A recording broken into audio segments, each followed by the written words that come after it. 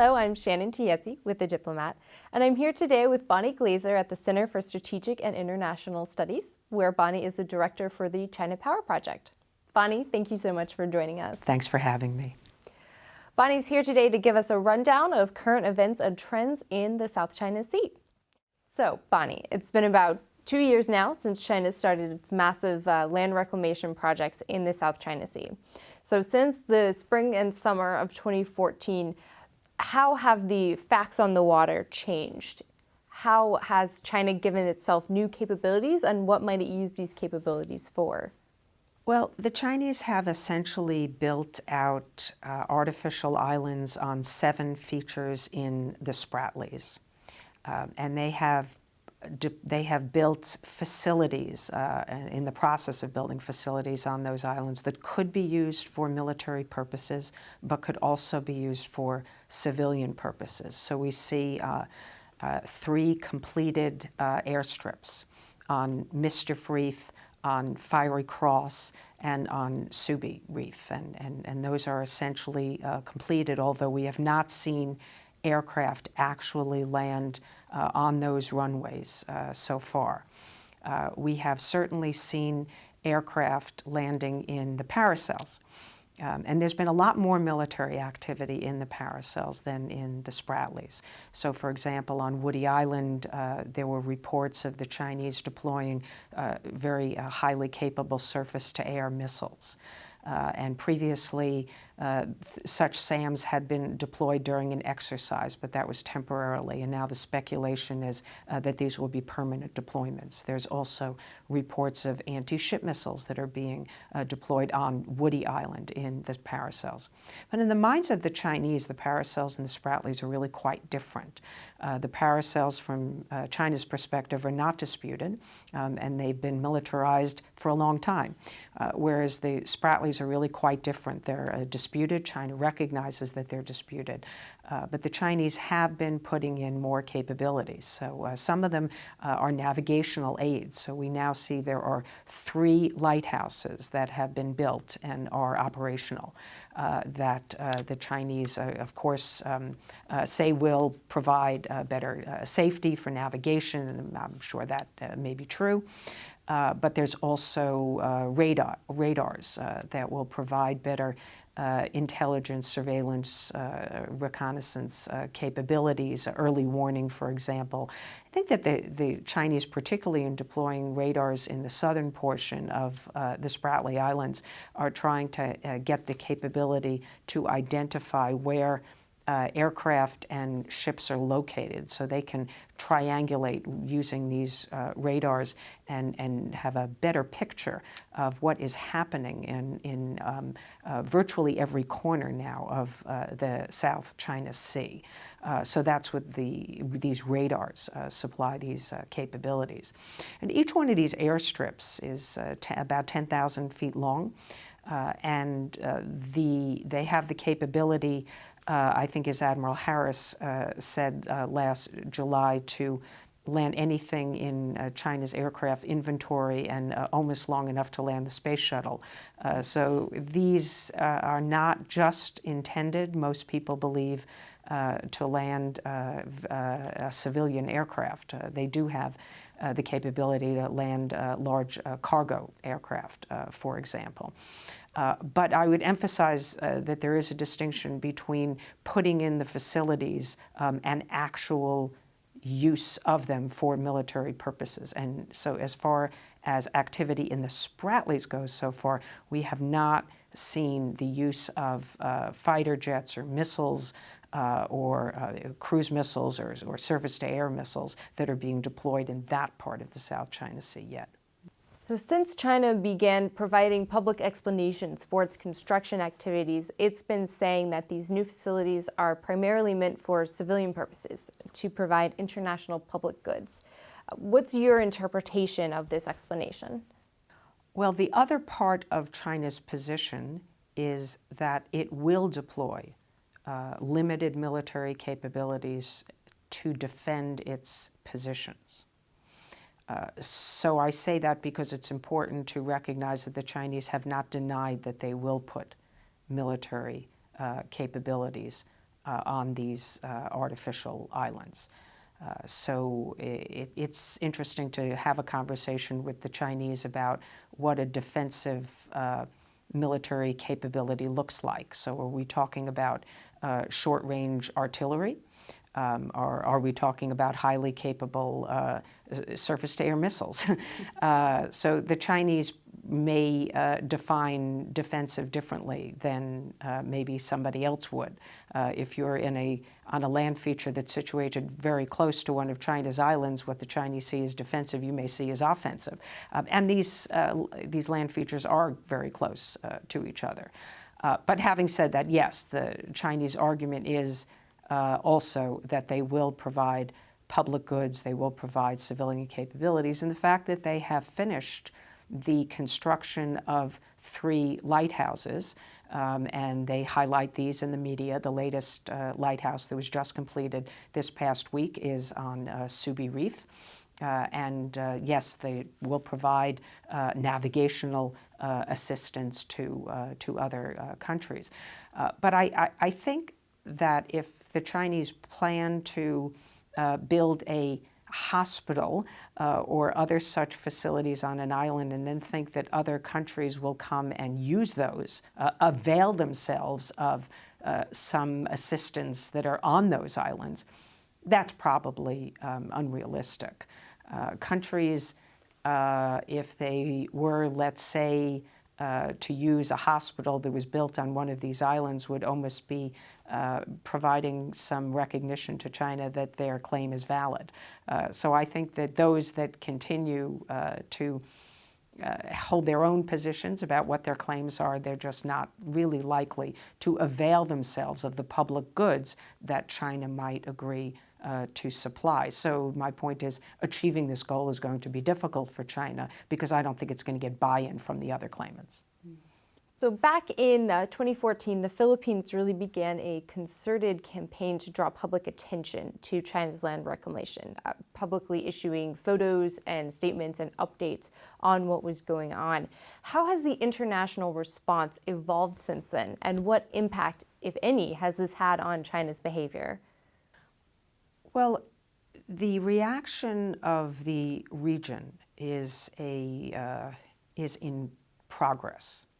As is the reaction of countries outside the region, like the United States, Japan, and Australia.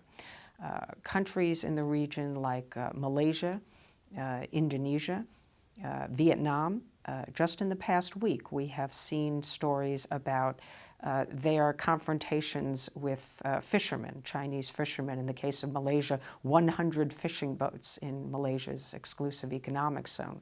A story in the case of Indonesia of a Chinese Coast Guard ship actually operating, possibly, if the reports are true, inside of the territorial waters of Indonesia. All of these kinds of incidents are creating a great deal of anxiety in these countries about Chinese intentions. And so I think that if the Chinese continue to act in ways that these countries see as threatening, then we're likely to see more and more of what many refer to as the demand signal for the United States to be more present, to provide more assistance. We are seeing the Philippines buy more equipment and be given some gratis from Japan, Australia, and the United States.